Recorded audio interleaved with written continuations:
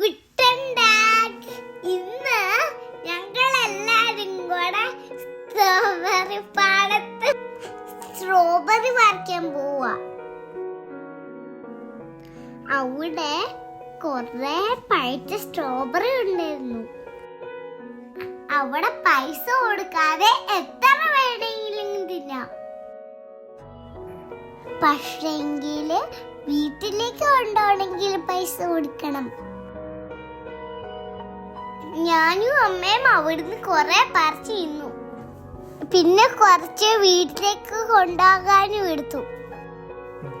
എന്റെ ഫ്രണ്ട് അനസ് കുട്ടി സ്ട്രോബെറി പറിക്കാനുണ്ടായിരുന്നു. അങ്ങനെ ഞങ്ങള് ഒരു ബക്കറ്റില് സ്ട്രോബെറി ആയിട്ട് വീട്ടിലേക്ക് കൊണ്ടുവന്നു. See you in next video. Bye bye.